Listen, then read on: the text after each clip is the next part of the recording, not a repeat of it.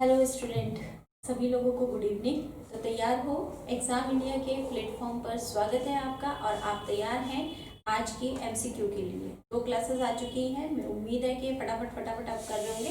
ज़्यादा टाइम नहीं देना है और जल्दी जल्दी से क्वेश्चन का आंसर बताना है। ठीक है, आपके सामने क्वेश्चन है, क्वेश्चन का आंसर बताते जाओ।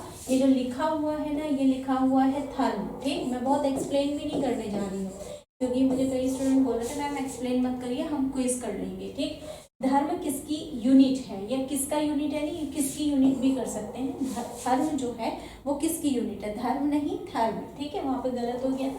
तो धर्म जो है वो किसकी यूनिट है, ऊष्मा का यूनिट होता है। थर्मो, या ध्यान दो कि थर्मो हम क्या दिखाते हैं, थर्मो मतलब यूनिट है किसकी, ऊष्मा की। अब नेक्स्ट क्वेश्चन आपके लिए आया है कि सूर्य की जो फोटोग्राफी है उसके लिए किस उपकरण का प्रयोग किया जाता है। बच्चों, अगर सूरज का कोई फोटो खींचना हो, सूरज पे अगर जाके कोई पोज लेना हो, सेल्फी लेनी हो, ऐसा तो नहीं है, सिर्फ ये बता रही हूँ आपको कि अगर सूर्य की कोई फोटोग्राफी हमें करनी है, जैसे बहुत सारी पिक्चर्स आती रहती है ना कि सूर्य में दाग देखे गए हैं, ब्लैक स्पॉट देखे गए हैं, इस तरीके की मूवी, इस तरीके की पिक्चर्स आई हैं, नासा ने कुछ ऐसी तस्वीरें भेजी, तो वो कहाँ से किससे किया जाएगा, तो उसके लिए प्रयोग किया जाता है स्पेक्ट्रोहीलियोग्राफ। ठीक है, सूर्य की फोटोग्राफी के लिए स्पेक्ट्रोहीलियोग्राफ, याद रखना है स्पेक्ट्रोहीलियोग्राफ। क्वेश्चन याद रखो। देखो, एक फंडा बताती हूँ, अगर आपको ऑप्शन नहीं याद होते कोई बात नहीं है, आपको ऑप्शन समझ में नहीं आ रहे कोई बात नहीं है, लेकिन आपको मेरे द्वारा यहाँ पर ये जो 15 क्वेश्चन बताए गए ना, ये क्वेश्चन भी अगर याद रहे तो आपकी बहुत बढ़िया तैयारी हो जाएगी। क्योंकि हमारे दिमाग में ये है ना कि यार सूर्य का फोटो किससे खींचा जाएगा, अब वो जो किससे है वो दिमाग में चलता रहेगा, किससे खींचा जाएगा किससे खींचा जाएगा, तो कहीं ना कहीं आंसर मिल जाएगा या याद रहेगा। तो जब आपको बहुत सारी चीजें ना याद हो तो केवल प्रश्न पर ध्यान दीजिए, इस तरीके के सवाल भी आ सकते हैं। अब आंसर अपने आप याद हो जाएगा। समझ में आई ये बात? उच्च तापमान को मापने के लिए हम प्रयोग करते हैं, क्या प्रयोग करते हैं, उच्च तापमान को, बहुत उच्च तापमान को। देखो, बहुत उच्च तापमान की बात की गई है तो नॉर्मल आपको क्या होता है, आपको नॉर्मल फीवर हो जाता है। जब फीवर हो जाता है तो आपका तापमान भी क्या होता है, बढ़ता है, शरीर का तापमान बढ़ता है। हमारे शरीर का तापमान कितना है, 90 जो है 94 फ़ारेनहाइट है हमारे शरीर का तापमान। ठीक है, 37 डिग्री सेंटीग्रेड में है। ठीक है, और 94.6 फ़ारेनहाइट हमारे शरीर का तापमान है, या 310 केल्विन है। तो जब शरीर का तापमान क्या हो जाता है, शरीर का तापमान बढ़ जाता है, 100 डिग्री बुखार हो गया आपको, 100 डिग्री फ़ारेनहाइट बुखार हो गया, तो कैसे नापते हैं इसको, हम नापते हैं इसको थर्मामीटर से। लेकिन बहुत ज़्यादा तापमान है, ये तो कुछ भी नहीं है, 37 डिग्री कुछ भी नहीं है। हज़ारों डिग्री तापमान अगर नापना हो तो किससे नापेंगे हम, ताप वैद्युत उताप मापी, ताप वैद्युत उताप मापी से इसे मापेंगे। बहुत ज्यादा तापमान अगर हो जाएगा ताप विद्युत उताप मापी से। नेक्स्ट प्रश्न देखते हैं, एक्स किरणों के तरंग दैर्ध्य को मापने के लिए कौन से उपकरण का प्रयोग किया जाता है। यहाँ पर बात किसकी की गई है, यहाँ पर बात की गई है एक्स किरणों का तरंग दैर्ध्य। ठीक है, तो आपने किरणें पढ़ी होंगी, अल्फा बीटा गामा किरणें होती हैं, उसमें एक्स किरणें जो होती हैं उसमें किसका, ब्रैग स्पेक्ट्रोमापी। अब ब्रैग स्पेक्ट्रोमापी तो आपको याद नहीं रहना है, स्पेक्ट्रोमापी का मतलब स्पेक्ट्रोमापी कहीं भी लिखा हुआ आएगा तो वो मापने के ही लिए है। अब ब्रैग को एक्स से क्या कर दो, मिला दो, ब्रैग, ब्रैग को ब्रैग प्लस एक्स, ठीक है, ब्रैग एक्स ऐसे करके याद रख लोगे, ब्रैग एक्स, तो फौरन का फौरन आपको ये चीज दिमाग में आ जाएगी। तो एक्स किरणों का तापमान किससे मापा जाता है, ब्रैग स्पेक्ट्रोमापी से। फिर आ रहा है पायरोहीलियोमीटर का प्रयोग निम्न में से किसे नापने के लिए किया जाता है। पायरोहीलियोमीटर किसको मापने के लिए किया जाता है, तो अगर कहीं पर पायरो जुड़ गया है तो ध्यान रखेंगे ये सोलर से रिलेटेड है। सोलर मतलब सूर्य से रिलेटेड है, तो पायरोहिलियोमीटर जो है वो सोलर रेडिएशन के लिए होता है। बच्चों बहुत ज़्यादा एक्सप्लेनेशन यहाँ पर नहीं है, क्योंकि मकसद है आपका सिर्फ क्वेश्चन और आंसर, क्वेश्चन और आंसर। ये सडन आपके सामने क्वेश्चन आ रहे हैं, आप आंसर देखो, मैंने यहाँ पे आंसर दिया हुआ भी नहीं है। आंसर क्यों नहीं दिया हुआ? इसलिए नहीं दिया हुआ कि आप क्वेश्चंस देखें और क्वेश्चन देखते ही आपके दिमाग में खुद इसके लिए आना चाहिए क्या ऑप्शन होना चाहिए, ठीक। तो इससे क्या होगा? प्रैक्टिस होगी। ये मत सोचना कि ये जो है हमें यहाँ पे मैम ने नीचे आंसर लिख देती तो हमें पता चल जाता।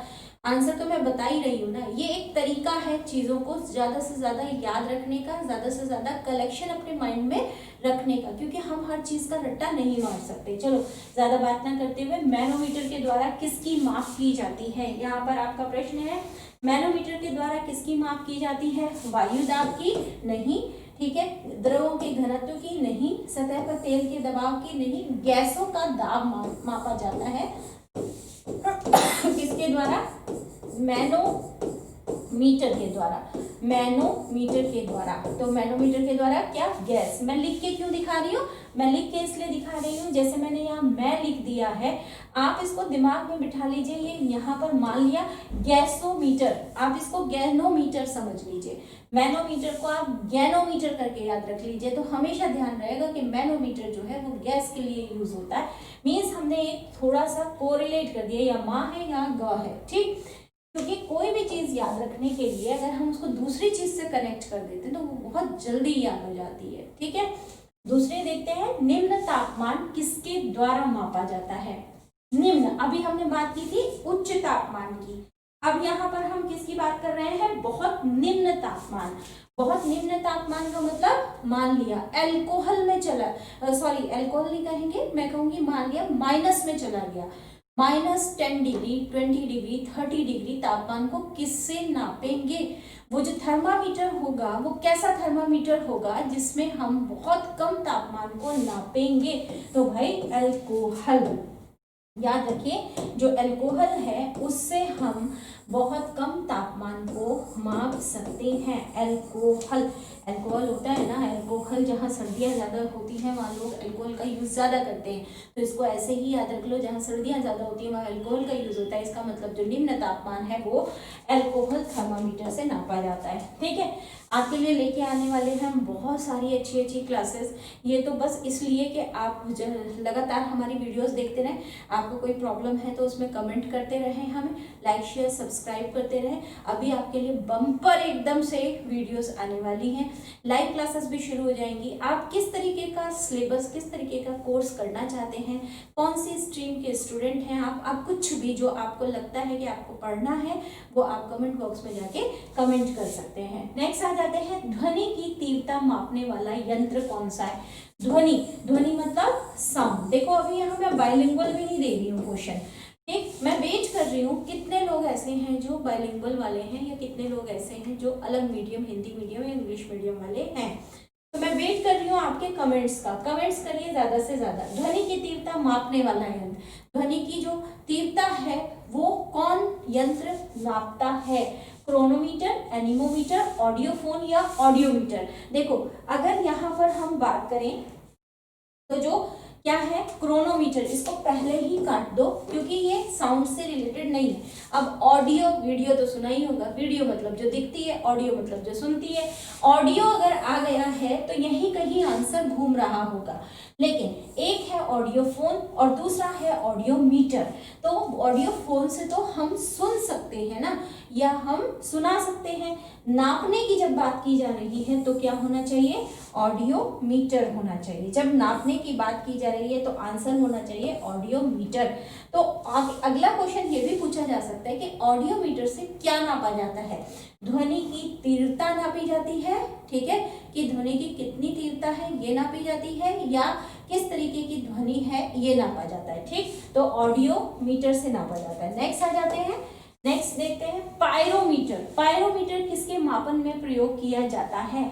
आप लोग यहाँ पर फिर से ध्यान दीजिए, जो शब्द लिखा हुआ है पायरोमीटर, तो जब पायरो की बात आ गई तो मैंने अभी आपको पीछे एक क्वेश्चन आया था, पायरोहीलियोमीटर पूछा गया था, तब मैंने आपको वहां बताया था कि सोलर से जुड़ा हुआ है ये, इसका मतलब बहुत ज्यादा तापमान से जुड़ा हुआ है। तो पायरो का मतलब है बहुत ज्यादा तापमान से जुड़ा हुआ है। तो यहाँ पर ये तो ऑप्शन नहीं होगा, यहाँ पर ऑप्शन होगा उच्च ताप।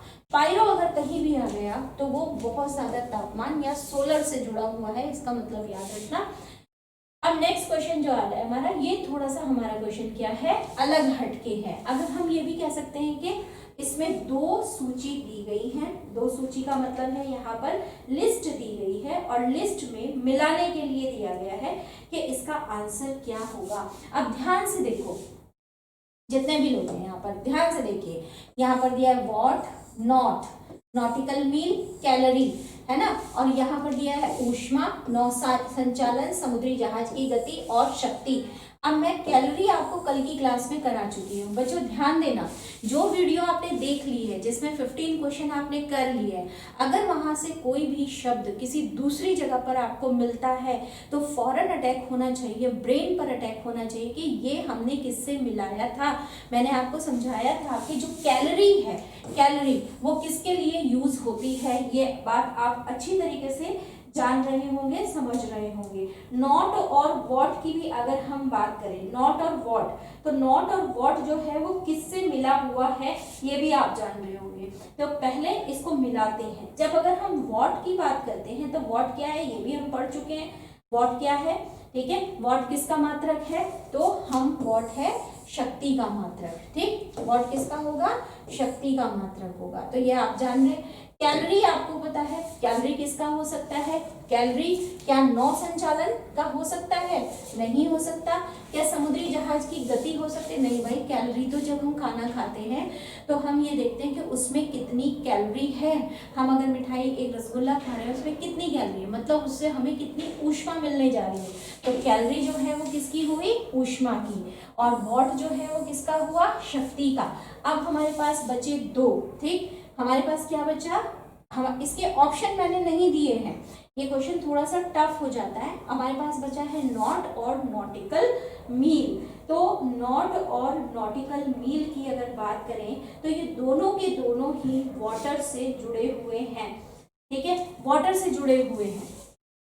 तो जब हम बात करते हैं नॉट की, तो जो समुद्र का जहाज जिस गति से आगे बढ़ता है उसको हम नॉट में नापते हैं, समुद्र के जहाज को नॉट में नापते हैं। और नॉटिकल मील जो है वो संचालन से है, मतलब ये बताता है कि कितनी दूरी तय की गई है। तो नॉट हमारा किससे जुड़ेगा, समुद्र जहाज की गति से, और नॉटिकल मील को हम नौ संचालन से जोड़ देंगे। क्लियर हुआ।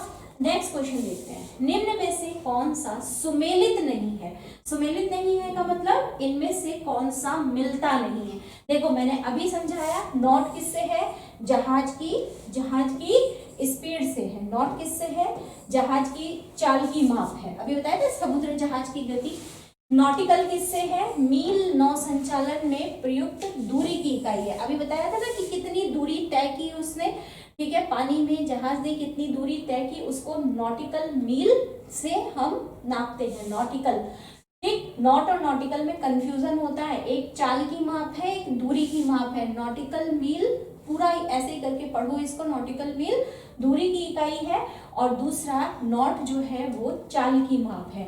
एंगस्ट्रॉम की बात करें तो बिल्कुल सही है, एंगस्ट्रॉम जो है वो प्रकाश के तरंग दैर्ध्य की इकाई है, जो हमने पढ़ा भी था 10⁻⁻10 मीटर, ठीक है। एक एंगस्ट्रॉम इज इक्वल टू, ये समझा चुकी हूँ, ठीक। अब हम यहाँ पर बात करते हैं तो किसकी, प्रकाश वर्ष। प्रकाश वर्ष की अगर हम बात करें तो ये समय मापन की इकाई नहीं है बच्चों। कल की क्लास में बहुत अच्छे से समझाया था, पिछली क्लास में भी, परसों की वीडियो में भी होगा ये, कि जो प्रकाश वर्ष है वो समय मापन की इकाई नहीं है। इतने समय में कितनी दूरी प्रकाश के द्वारा तय की गई, इसकी मापन की इकाई है वो। क्लियर हुआ, समझ में आया। तो देखो यहाँ पर आंसर ये नहीं होगा, वो कह रहा है कौन सा सुमेलित नहीं है, तो यही सुमेलित नहीं है, ठीक। नेक्स्ट प्रश्न की तरफ बढ़ते हैं। हमारे एक दो प्रश्न पता चले रह गए हैं।